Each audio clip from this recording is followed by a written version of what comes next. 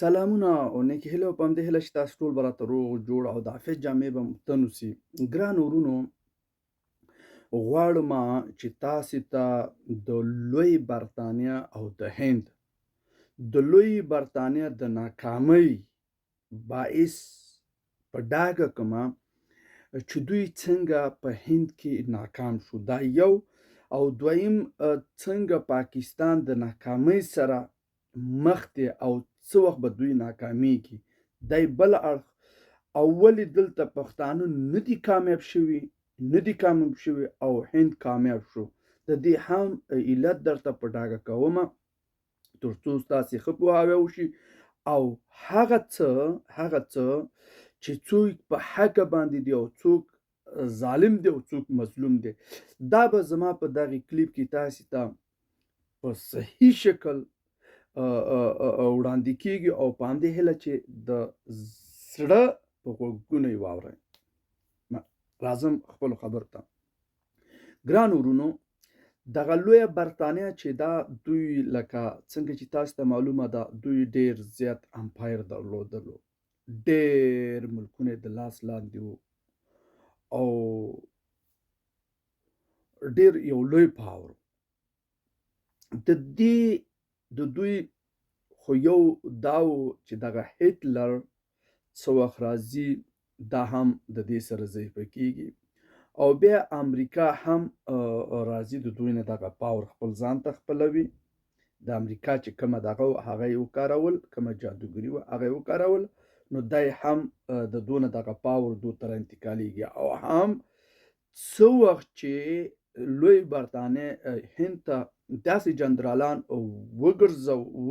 ولېږله د دې په ځای چې دی کنټرول کړي، نو دوی یوه خبره بل هم کومه چې یو خو په هند کې دا او بل په افغانستان کې د دوی هغه جنرالان او هغه خلک چې د جنگ دپاره او د ملکونو د نیولو دپاره و، هغوی دلته هم ضربه وخوړله چې دا باید یاد شي، دا د افغانستان یو افتخار دی او پکار ده چې یاد شي. دلته هغوی هغه څه ترلاسه نه کړل او هغه مخامخ تګ یې ونه شو کړلی، نو هماغه څو چې بیا ډیورین لاین راغی، یعنې دا هغه د ناکامۍ یو علت هم و چې دوی بیا نو ناکام شو او هغه لویه برطانیه اوس لاړه ترمې تالا شو. نو اوس خبره دلته دا ده چې یو علت یې په ډاګه کومه چې ولې هند کامیاب شو. دلته چې لوی برطانیه دغه خلک یا دغه جنرالان چې راوستي وو او دلته یې غوښتل چې دلته کنټرول ولري او دلته چې څوک مثلا دغه شعور پیدا کوي چې مقصد زه هندوستانی یم او زه باید خپل آزاد ژوند ولرم، هغه به مقصد په یو شکل باندې د منځه وړل کېده یا به په خپې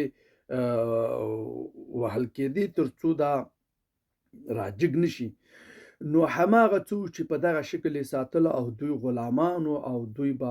مقصد د دوی بوټان او هر څه پالش کول او دغه رقم ژوند روانو. نو څه وخت چې دوی په ظلم شروع کړله، په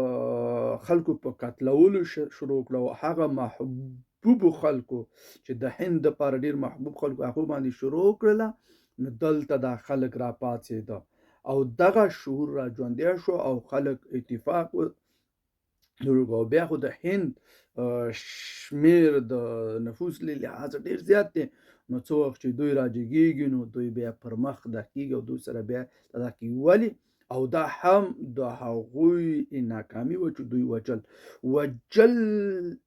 باید داسې ونه شي لکه څنګه چې دوی وکړل او بیا دا خلک. ځکه اوس که ته وګورې همدغه کار په پاکستان کې د پښتنو سره هم کېږي، پښتانه وژل کېږي. ګوره هلته هغه څنګه د منځه لاړله، اسټوا برطانیه ناکامي څنګه حاصل کړله، نو دغلته همدا کار په پاکستان کې هم روان دی. هغه خلک چې هغه د ولس محبوب اوسي هغه له منځه وړل کېږي. مثلا څومره خلک یې له منځه دا کړه. اوس دا دوبس روان دی، کیس روان دی. ولې څه وخت دا چې د هند غوندې دوی کامیاب نه دي، ځکه چې دلته پارټي بازي ده او دلته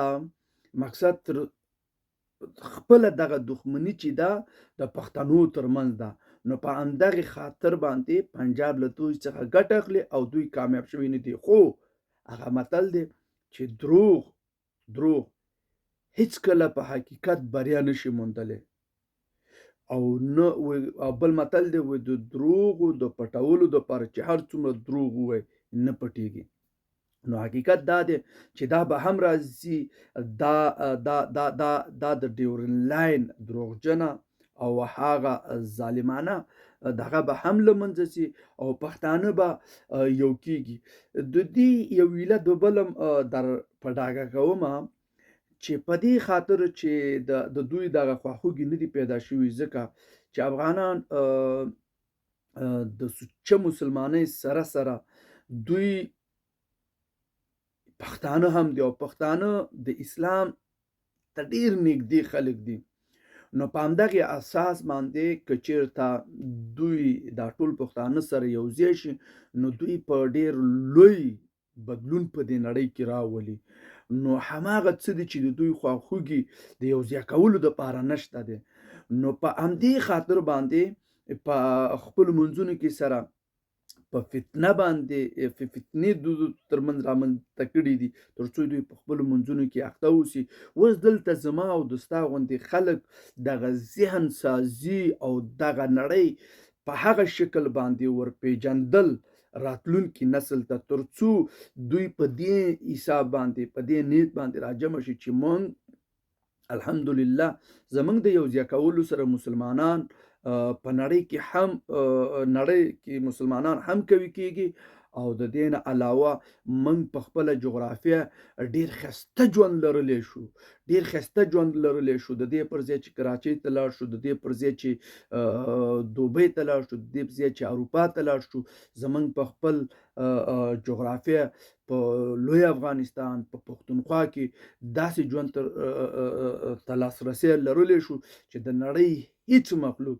موږ د لمر شمسي نظام څخه پوره ګټه اخیستلی شو. دې کې بلحات څه دي، ځکه چې موږ یې نه لرو، او که موږ د دې څخه برخمن شو نو دغه افغانستان په شیشه او بیا همدغه رقم په کانکریټ باندې بدلیدی شي، حتی د سرو په دیوالونو بدلیدی شي. د دغې جغرافیه لاندې چې کومه څه دي هغه ذخیرې او هغه نعمتونه الهي چې موږ ته راکول شوي او په موږ پیرزو شوي دي، دا موږ د نړۍ سره سیال کولی شي، او بلکې نړۍ زموږ دپاره د غلام په حیث د غلام په صفت ګرځېدلی شي. نو دا هغه څه دي چې د دغې سره به اسلام هم پر مخ ځي، ولې چې موږ هغه خلک یو، هغه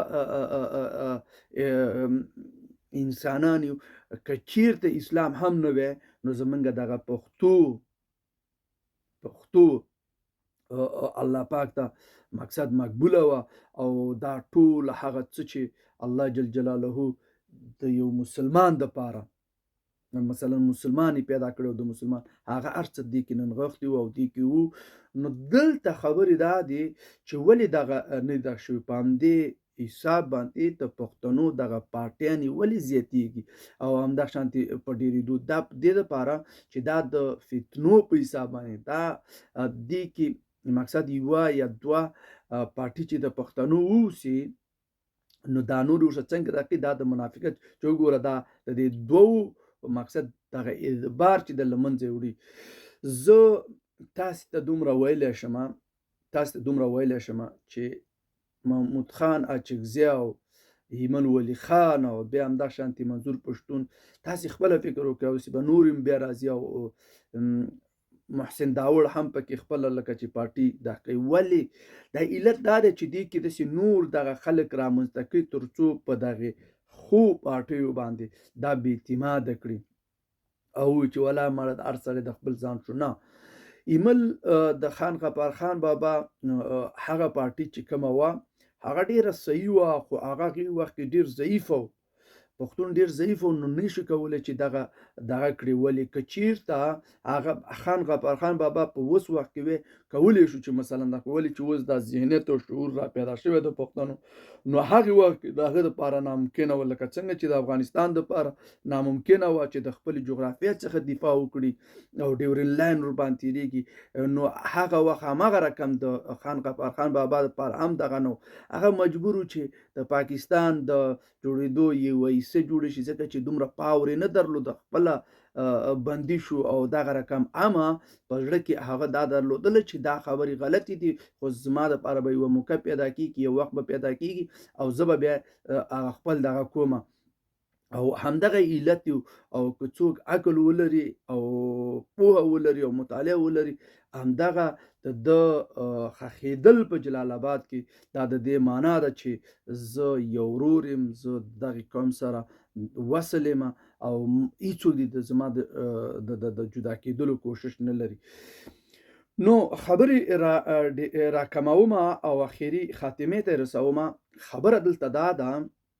چې اوس الحمدلله شعور پیدا شوی دی په پاکستان کې، یو نوع خلکو ته دغه ذهنیت ورکول شوی دی چې ولا دا ډیورن لاین دی او په دې د دې اسناد نشته دی او څنګه او دا همداشان چې نه، دا هغه د پنجاب خلک دي چې دغه ذهنیت ورته جوړ کړی دی او د وخت په تیریدو انسان بدلیږي. نو په همدې خاطر باندې دا وړوکی افغانستان به انشاءالله بیرته هغه لوی افغانستان جوړیږي، خو زه او ته به کار کوو، نه به کینو. نو په هغه حساب باندې به انشاءالله حق ته سپارل کیږي. په همدې هیله چې د زړه په غوږونو مو اورېدلې او پاکستان حتمي د ناکامۍ سره په همدې خاطر مخ دی چې دا یو جعلي ملک دی او جعلي جوړښت دی او جعلي جوړښت دایما نه پاتې کیږي. نو انشاءالله د افغانستان راتلونکي روښانه ده او موږ او تاسې به په شریکه باندې او په ګډه باندې کار کوو تر څو موږ د خپل جغرافیه څخه برخمن شو او په دغه جغرافیه باندې مسلماني اسلامي نظام ولرو چې موږ وکولی شو د همدغې ځایه اسلام صحیح اسلام نورې نړۍ ته انتقال کو. په رب مو سپارم، ښاد او آباد او سرلوړي او کامیاب د الله په امان.